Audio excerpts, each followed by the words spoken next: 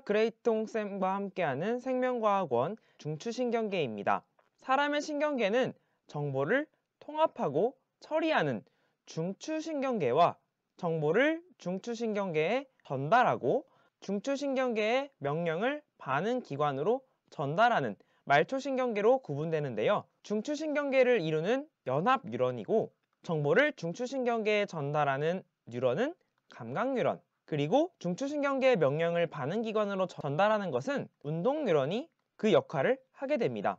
그림에서 위치에 따른 신경계의 구분을 먼저 살펴보면 뇌와 척수가 중추신경계에 해당하고 뇌와 연결된 뇌신경, 척수와 연결된 척수신경이 바로 말초신경계에 해당합니다. 따라서 뇌신경과 척수신경은 감각뉴런과 운동뉴런으로 구성된다는 것을 알 수 있습니다. 기능에 따른 신경계의 구분을 살펴보면 말초신경계는 감각뉴런으로 이루어진 구심성 신경과 운동뉴런으로 이루어진 원심성 신경으로 구분할 수 있는데, 골격근에 연결된 체성신경과 심장근, 내장근 또는 내분비샘에 연결된 자율신경이 모두 원심성 신경으로 이루어진다는 것을 확인할 수 있습니다.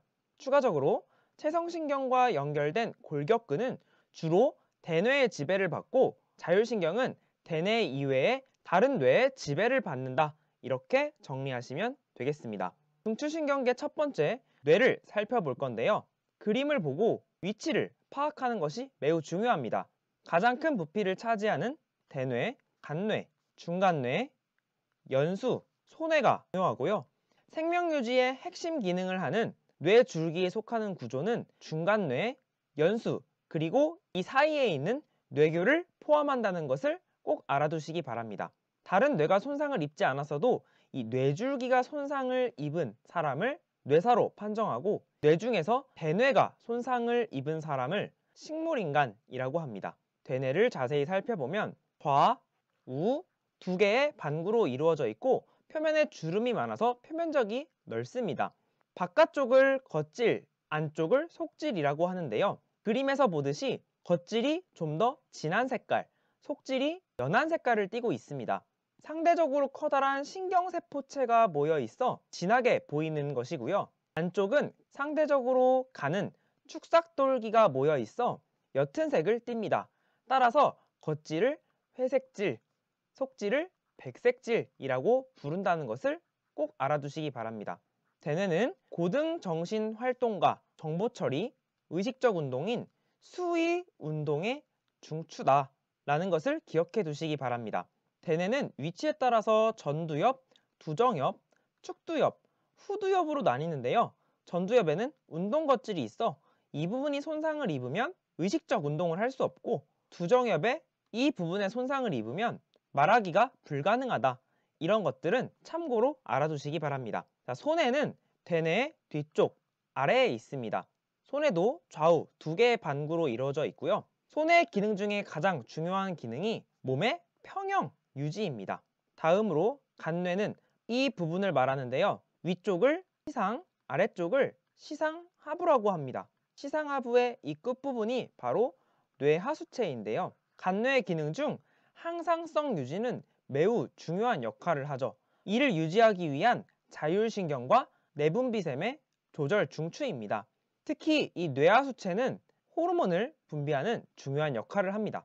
다음으로 중간뇌는 뇌 중에서 가장 작은 영역에 해당하는데요. 동공의 크기 조절 등 안구 운동에 중요한 중추 역할을 합니다.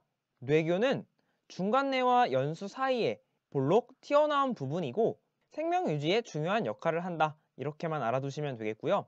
마지막으로 연수는 아래쪽에 연결된 척수와 뇌교 사이의 부분으로 대뇌로 가는 대부분의 신경이 교차합니다. 따라서 좌뇌는 몸의 오른쪽, 우뇌는 몸의 왼쪽을 담당할 수 있는 거고요. 심장박동, 호흡운동, 소화운동 등을 조절하는 중추입니다.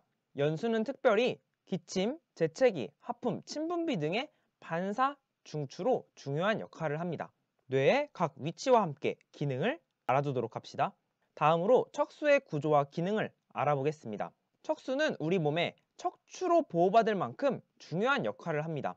척수를 확대하면 이렇게 나비 모양을 볼 수 있습니다. 대뇌와 달리 안쪽이 회색질, 바깥쪽이 백색질인데 겉질에 축삭돌기가, 안쪽에 신경세포체가 모여 있습니다. 척추의 마디마디마다 들어가는 신경다발과 나오는 신경다발이 존재하여 등 쪽으로 들어오는 부심성 신경으로 이루어진 다발을 후근이라고 하고요. 배 쪽으로 나오는 원심성 신경으로 이루어진 다발을 전근이라고 합니다. 외우는 방법은 운전을 하면 후딱 갈 수 있다. 운전 후딱감으로 외워보시기 바랍니다.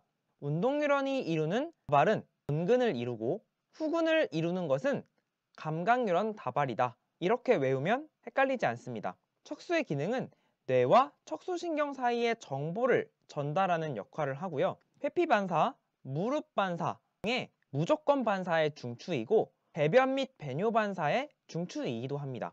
척수의 구조와 기능도 이 그림과 함께 꼭 외워두시기 바랍니다. 마지막으로 대뇌의 판단과 명령에 의해 일어나는 의식적 반응과 척수, 연수, 중간뇌 등의 명령에 의해 일어나는 무조건 반사에 대해 살펴보면요. 어두워서 불을 켜야겠다라는 생각으로 어둠 속에서 손으로 벽을 더듬어 스위치를 찾아 켜는 의식적 반응의 경로를 따라가 보면 손으로 더듬어서 피부로 느끼고 척수와 연결된 감각 뉴런을 통해 대뇌로 정보를 전달합니다. 만약 대뇌에서 스위치라고 판단이 되면 운동 뉴런을 통해 손의 근육까지 흥분이 도달하게 됩니다. 반면 무조건 반사의 예는 의식적인 반응을 하기도 전에 순간적이고 빠른 반응을 일으키는데요. 이는 반응 속도가 생존에 매우 중요하기 때문이라고 생각되는데요. 고무망치로 무릎 아래쪽을 치면 무릎이 저절로 올라오는 무릎 반사의 경우에 망치 자극이 피부로 느껴지면 감각 뉴런을 통해 대뇌로도 전달되지만 척수를 이루고 있는 연합 뉴런의 판단에 의해 그 명령을 바로 운동 뉴런에 전달하고요. 의식적 반응보다 먼저 무릎의 근육에 흥분이 도달하여 근육을 수축시키게 되죠. 비슷한 반응으로 뜨거운 물체를 손으로 만졌을 때나 압정을 밟았을 때 이와 같은 경로로 반응이 일어납니다.